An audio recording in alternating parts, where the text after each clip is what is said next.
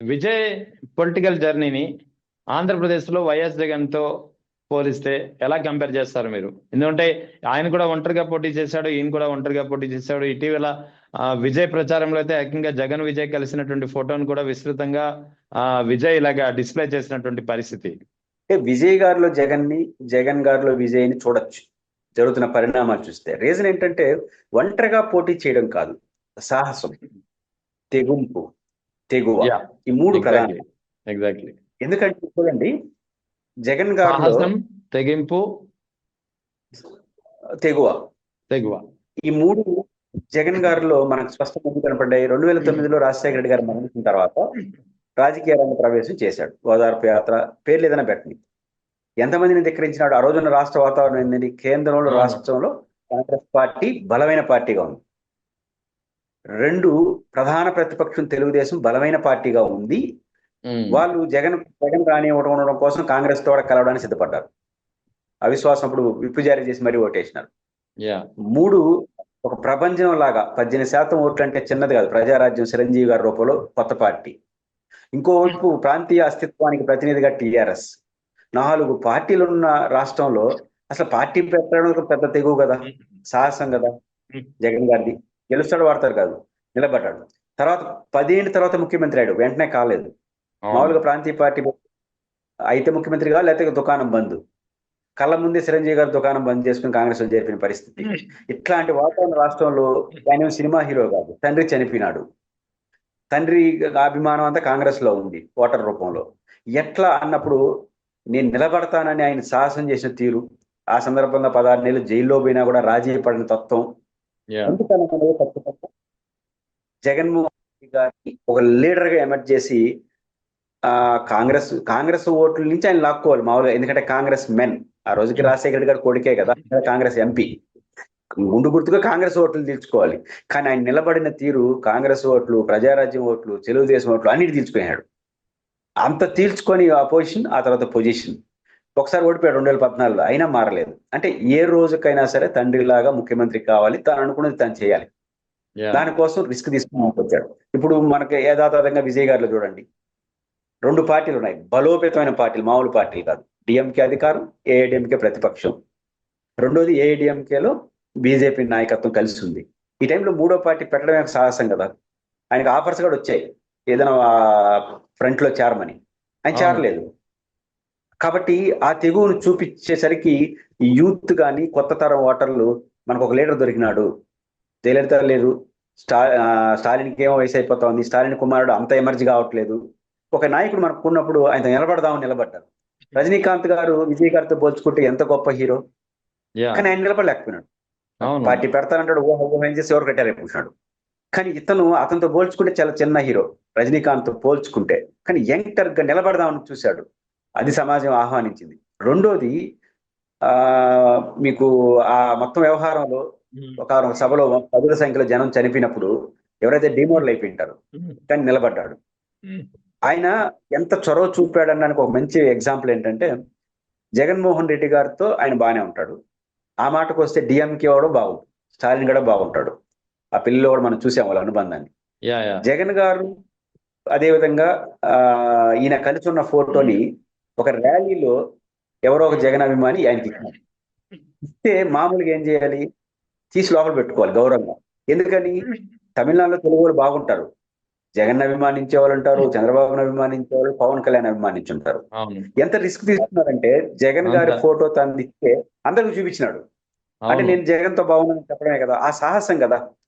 ఎందుకంటే దీని పవన్ కళ్యాణ్ అభిమానులు, చంద్రబాబు అభిమానించే దూరం అయ్యే అవకాశం ఉందేమో. ఎగ్జాక్ట్లీ. అంటే మామూలు రాజకీయాలు చేస్తారు. ఈయన సాహసం ఏం సాహసం చేశాడు? ఎట్లా వాళ్ళు బీజేపీతో ఉన్నారు, జగన్ గారిని అభిమానించే వాళ్ళు నన్ను ఏదో అభిమానిస్తున్నారు, దిగదాం, వాళ్ళన్న మనతో ఉంటారు. ఇది కదా రాజకీయాల్లో సాహసం అంటే. అంటే మన అనుకుంటే దిగేస్తే వాళ్ళన్న మనతో ఉంటారు, ఈసారి కాదు వచ్చేసారి గెడదాం. ఈ తరహా రాజకీయం అనేది ఖచ్చితంగా జగన్ గారిలో జగన్ గారిని చూసి నేర్చుకుంటారని నేను అన్నాను. ఆ తరహా లక్షణాలు కనిపిస్తున్నాయి. అంటే జగన్ గారిలో విజయ్ గారిలో ఈ కామన్ అనేది ఖచ్చితంగా విజయ్ గారిని విజయం వైపు నడపడానికి దారి తీసింది. ఆయన అనుకున్నది కూడా ఈసారి ప్రతిపక్షం అవుదాం, వచ్చేసారి కొడితే ముఖ్యమంత్రిని కొడదాం, అంతే తప్ప ఈసారి గెలుద్దాం లేకపోతే ఇంకోటి అది అవుదాం ఇట్లాంటిది ఆయన చేయలేదు. అట్లా చేయకపోవడమే ఆయన విజయానికి దారి తీసింది. ఖచ్చితంగా జగన్ గారు అంతే కదా, ఎప్పుడు అవుతామో తర్వాత కొడతా అవును. ఉండడమే అనే టైప్ లో జగన్ గారు కూడా ఉంటారు. రెండోది రెహమాన్ గారు నచ్చినాడు, రెహమాన్ గారు భుజం మీద చేసుకొని పోవడమే. పురుషోత్తం ఏమనుకుంటాడు, ఎల్ల ఏమను పట్టించుకోడు. ఆ పురుషోత్తం ఎల్లయ్య డెసిషన్ తీసుకోవట్లా, రెహమాన్ గారు అంతే కదా, డెసిషన్ తీసుకో ఒకరన్నా నాతో ఉంటాడు కదా అనే టైప్ జగన్ అంతే గారు. ఇది కదా. ఈయన కూడా అంతే. అంటే ఆ రకంగా వాళ్ళిద్దరిలో ఆ కాంబినేషన్ ఖచ్చితంగా కనిపిస్తుంది. ఇంకా ఇంకోటి, ఇదే విజయ్కి సంబంధించి యాక్చువల్లీ తమిళనాడులో ఉన్నటువంటి విజయ్కి సంబంధించిన చాలా సినిమాల్ని ఇక్కడ జనసేన అధినేత పవన్ కళ్యాణ్ రీమేక్ చేసి సక్సెస్ సాధించుకున్నారు కొన్ని సినిమాల్లో. అయితే కానీ ఈయన పొలిటికల్ జర్నీ విషయంలో మాత్రం జనసేనని పవన్ కళ్యాణ్ ఆదర్శంగా తీసుకోలేకపోయారు. ఇంకా ఎందుకంటే అక్కడ ఈయన ఒంటరిగా పోటీ చేశారు. ఈయనైతే 2014లో పోటీని చేయలేదు, బయట నుంచి మద్దతు తెలిపారు. 2018లో మరో కూటమి, 2024లో ఇంకో కూటమి. అంటే ఎక్కడ కూటమి దాటి బయటికి రాలేదు. ఒంటరిగా పోటీ చేసినప్పుడు 2 చోట్ల ఓడిపోయారు పవన్ కళ్యాణ్. సో పవన్ కళ్యాణ్ వర్సెస్ విజయ్ అన్నప్పుడు ఎలా చూడాలి ఈ కంపారిజన్ ని? నేను పవన్ కళ్యాణ్ గారిని విజయ్ గారిని పోల్చి కూడా చూడలేను. పోల్చి చూడలేనంత గ్యాప్ వచ్చేసింది. ఎగ్జాక్ట్లీ. అంటే ఈ రోజు ఏదో విజయం సాధించారు కాబట్టి విజయ్ గారు పవన్ కళ్యాణ్తో పోల్చడం తక్కువ అని నేను అన్నాను. పాయింట్ ఏంటంటే విజయ్ గారు ఎంచుకున్న మార్గం వేరు, పవన్ కళ్యాణ్ గారు ఎంచుకున్న మార్గం వేరు. ఆయన పాపులర్ సినిమా రీమేక్ చేశాడు కానీ ఆయన రీమేక్ చేసుకోలేకపోయినాడు. ఈయన పాయింట్ ఏంటంటే పవన్ కళ్యాణ్ గారు ఏ రోజు కూడా ఫెరోషస్ గా, నిజానికి నేను పెద్దగా విజయ్ గారి సినిమాలు తక్కువ చూశాను కానీ విజయ్ గారికి తమిళనాడులో ఎంత ఇమేజ్ ఉందో ఆంధ్రప్రదేశ్ లో పవన్ కళ్యాణ్ గారికి తెలంగాణ ఆంధ్రప్రదేశ్ లో అంతకన్నా ఎక్కువే ఉంటుందని అనుకుంటున్నాను. అంతకు మించి సామాజిక వర్గం అండ కూడా ఉంది ఈయనకి. అక్కడ విజయ్కి లేదు అది అదనంగా క్యాస్ట్ అనేది. తర్వాత ఫస్ట్ అంటే ఈ రెండు అడ్వాంటేజెస్ ఉన్నప్పుడు మీరు విజయ్ గారి లాగా సాహసం యాగడి చేశారు. 2014లో పార్టీ పెట్టారు, అన్కండిషనల్ గా అసలు పోటీ, ఒక రాజకీయ పార్టీ పెడుతున్న పోటీ చేయకుండా మద్దతు చేయడం. ఆ తర్వాత బిఎస్పీ సిపిఎంతో పొత్తు పెట్టుకుని చెగువేరా అనడం. ఆ తర్వాత మళ్ళీ బీజేపీ సనాతన ధర్మం. ఆ తర్వాత మళ్ళీ 29 మన ఎన్నికల్లో తెలుగుదేశంతో పొత్తు. ఇప్పుడు 15 ఏళ్ళు ముఖ్యమంత్రి చంద్రబాబు గారు. ఇవన్నీ చూసినప్పుడు ఆయన నిలబడతాడు గట్టిగా, ఎవరో ఒకరు సహాయం తీసుకొని వెళ్తాడు తప్ప నిలబడతాడు అనే నమ్మకం మెల్లిమెల్లిగా కోల్పోతున్నారు. అందువల్ల పవన్ కళ్యాణ్ గారిని విజయ్ గారితో పోల్చలేము. కాకపోతే ఈ విజయం ఎవరైతే విజయం సాధించాడో ఆ విజయం యొక్క ప్రభావం పవన్ కళ్యాణ్ గారిని విపరీతం ఒత్తిడి చేస్తుంది. ఇంకా రేపటి నుంచి మళ్ళీ 15 ఏళ్ళు అట్లా అన్నాడు అనుకోండి, అభిమానులే నిరాశపడే అవకాశం ఉంటుంది. ఆయన అనుకున్న బేస్ చెడిపే అవకాశం. నువ్వు కూడా విజయ్ లాగా ట్రై చేయలేవా? ఆంధ్రప్రదేశ్ లో కూడా తెలుగుదేశం వైసీపీ 2 పార్టీలు బలమైన పార్టీలు. ఆడగా టీఎంకే ఏటీఎం బలమైన పార్టీ కొట్టలేదు ఆయన. మనది కొట్టడం జగన్, అదే ఆంధ్రప్రదేశ్ ఉమ్మడి ఆంధ్రప్రదేశ్ జగన్ 4 పార్టీలు కొట్టేసి రాలేదా రాజకీయాల్లోకి? కాబట్టి ఒక 5 ఏళ్ళు ఓపిక ఉండాలి. ఎందుకు ఓపిక లేదు మీకు అనే భావన, ఒత్తిడి బాగా పవన్ కళ్యాణ్ గారి మీద పెరిగే అవకాశాలు ఉంటాయి. సో ఇప్పుడు ఈ లెక్కన మీరు చెప్పినట్టు వచ్చే ఎన్నికల్లో ఏపీలో ముఖ్యంగా 2029 ఎన్నికల్లో కావచ్చు, లేకపోతే త్వరలో వచ్చే స్థానిక సంస్థల ఎన్నికల్లో కావచ్చు, కాపుల నుంచి ముఖ్యంగా, ఎందుకంటే కాపు సామాజిక వర్గం గురించి ఎందుకు చెప్తున్నా అంటే ఎక్కువగా అతన్ని వెంట ఉన్నది ఆ సామాజిక వర్గం కాబట్టి, ఆయనతో పాటు ఇతర సినిమా పరంగా ఉన్నటువంటి అభిమానులు కావచ్చు, వీళ్ళ నుంచి అయితే ఖచ్చితంగా why don't you try as Vijay అనే ఒక ఒత్తిడి లేదా ఒక డిమాండ్ అనేది ఖచ్చితంగా పెరిగే అవకాశాలు ఉన్నాయంటారు. మన రెహమాన్ గారు బేసిక్ గా విజయ్ మీన్స్ ఒక ప్రగతి ఆంధ్రప్రదేశ్ లో అన్ని రాజకీయ పార్టీల మీద ఒక ప్రభావం చూపిస్తుంది. పవన్ కళ్యాణ్ గారి మీద ఎక్కువ ప్రభావం చూపిస్తుంది. అన్ని రాజకీయ పార్టీల మీద చూపించే ప్రభావం ఏంటంటే ఈరోజు విజయ్ గారి వెనకాల ఉన్నటువంటి జనం, ఇట్లాంటి జనం అంటే కేడర్, ఎమ్మెల్యేలుగా పోటీ చేసిన వాళ్ళు పేర్లు వింటా ఉంటే అన్ని కొత్త ముఖాలు. 2 బలమైన పార్టీని పక్కన పెట్టేసి కొత్త ముఖాలతో గెలిచాడంటే అర్థం ఆయన గొప్పతనం మాత్రమే కాదు, సమాజం పాత తరాన్ని వద్దనుకుంటా ఉంది. అంటే పాత తరం మీద వ్యతిరేకత కాదు, అంటే వాళ్ళ పర్సనల్ రాజకీయాల్లో ఏళ్ళు అనుకునేసి మేమే ఉండాలి ఇంకోరు రాకూడదు అనే ధోరణి, ఒక ఫెడరలిస్టిక్ మెంటాలిటీ ఏపీలో బలంగా ఉంది, తెలంగాణ బలంగా ఉంది. దాన్ని కొట్టే ప్రయత్నం ఆయన చేసినాడు. అంటే కొత్త సమాజం, ఈ పాత తరం నాయకులు వాళ్ళు మారరు, వాళ్ళ మీద వ్యతిరేకత వీళ్ళ మీద అట్లా ఉంటారు కాబట్టి వీళ్ళు బాగా సంపాదించుకోవడం, అజమాయిషి చేయడం వల్ల కొత్త రథాన్ని సమాజం కోరుకుంటా ఉంది. ఇక్కడున్న అన్ని రాజకీయ పార్టీలు కొత్త తరానికి ప్రాధాన్యత ఇకపోతే విజయ్ లాంటి వాడు కూడా ఆంధ్రప్రదేశ్ పెట్టి ఇద్దరు కొట్టేసి వస్తారు. కాబట్టి ఇది ఒక హెచ్చరిక అన్ని పార్టీలు తీసుకోవాలి. ఇది ఫస్ట్ పాయింట్. రెండో పాయింట్, పవన్ కళ్యాణ్ గారి విపరీతమైన ప్రభావం ఎందుకు ఉంటుందంటే విజయ్ గారిలో పవన్ కళ్యాణ్ గారు చూసుకుంటారు. ఎందుకంటే ఆయన హీరో, నువ్వు హీరో, అంతకన్నా పెద్ద హీరోవి, ఎన్ని రోజులు ఇది అనేది ఇంకా బాగా పెరుగుతుంది. పైపచ్చి 15 ఏళ్ళు అన్నాడు, ఇంకా అన్నాడు అనుకోండి డిమోట్ అయిపోయే అవకాశం ఉంది. కాబట్టి అవును. పంచాయతీ ఎన్నికల్లో కానీ ఏం జరిగినా విజయ్ లాగా నువ్వు ఎందుకు ట్రై చేయకూడదు అని అంటే ఇంకా ఆయన ఏం చెప్పాలి? ఆ విజయ్ గారు వేరు నేను వేరు అన్నాడు అనుకోండి, ఇంక నేను వెనక్కి పోవడమే. ఇంతకుముందు అయితే నాకు నాయకత్వం తక్కువ, కొత్త అనుభవం లేదు, జగన్ గారు వర్స చంద్రబాబు ఉన్నంత వరకు జగన్ ప్రత్యర్థి, ఆయన మీరు కలిసి పనిచేస్తున్నారు. కానీ విజయ్ అని అతను ఇప్పుడు సక్సెస్ చూపించాడు కదా, నువ్వు అంత అట్టెందుకు కావద్దు అంటారు. విజయ్ కూడా అనుభవం లేదు కదా. అవును. ఆయనకి ఏ అనుభవం లేదు, మీకన్నా 10 ఏళ్ళ అనుభవం ఉంది.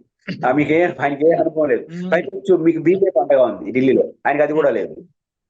కానీ ఇవన్నీ చూసినప్పుడు ఆయన ఇంకొక మాట కూడా చెప్పాలి. ఇప్పుడు త్రిష వాళ్ళ భార్య ఎపిసోడ్ వచ్చినప్పుడు కూడా ఆయన ఎక్కడ జంచుకోవాలా, అంటే ఎవరి కరెక్ట్ ఎవరి తప్పు కాదు. ఒక ఇష్యూ వచ్చినప్పుడు భయపడి పారిపోవడం, ఆ ఇష్యూ వచ్చినప్పుడు తప్పించుకోవడం రాజకీయాల్లో సమాజం యాక్సెప్ట్ చేయదు.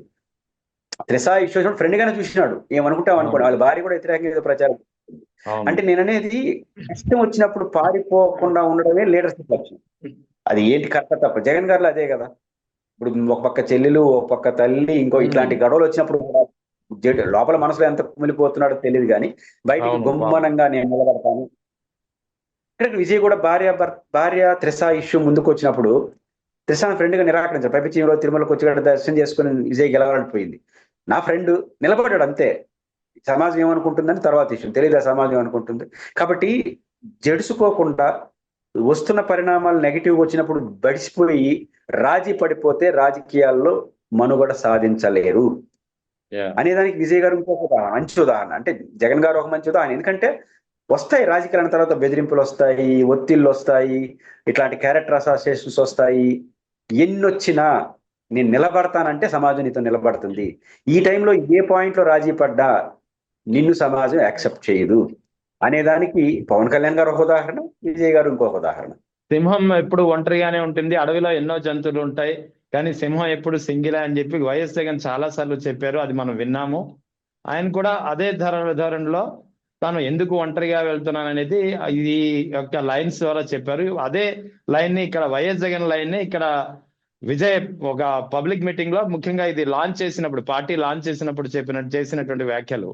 There will be so many jackals and animals in jungle, but there only one that is lion అని చెప్పి క్లియర్ గా చెప్పినటువంటి పరిస్థితి.